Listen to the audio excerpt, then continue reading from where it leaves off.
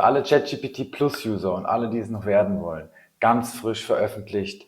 ChatGPT kann jetzt mit DALL-E 3 Bilder erstellen.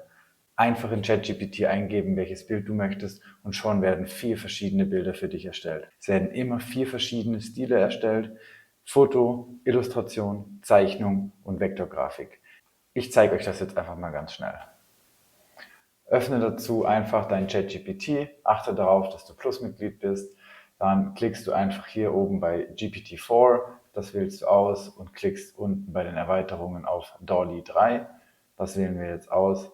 Dann geben wir einfach ein, welches Bild wir suchen. In diesem Fall sagen wir einfach mal einen Stiftehalter, der Stifte frisst. Dann drücken wir Enter und jetzt erstellt ChatGPT die einzelnen Prompts für DALL-E 3 und lässt die Bilder generieren.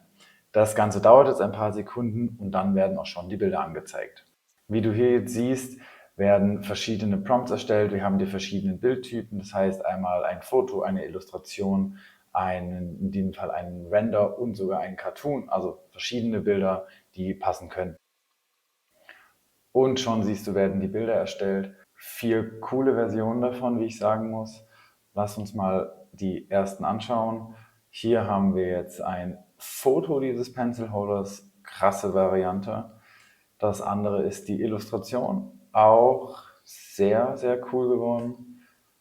Dann ein einfaches Rendering davon, auch eine spannende Variante. Und hier noch ein Cartoon, auch sehr, sehr geil. Mein Favorit ist eindeutig das Foto, finde ich sehr geil, würde ich gerne für meine Kinder kaufen. Ich muss euch wirklich sagen, die Qualität von DALL-E 3, ich bin begeistert. Es ist Wahnsinn, es ist schon echt super.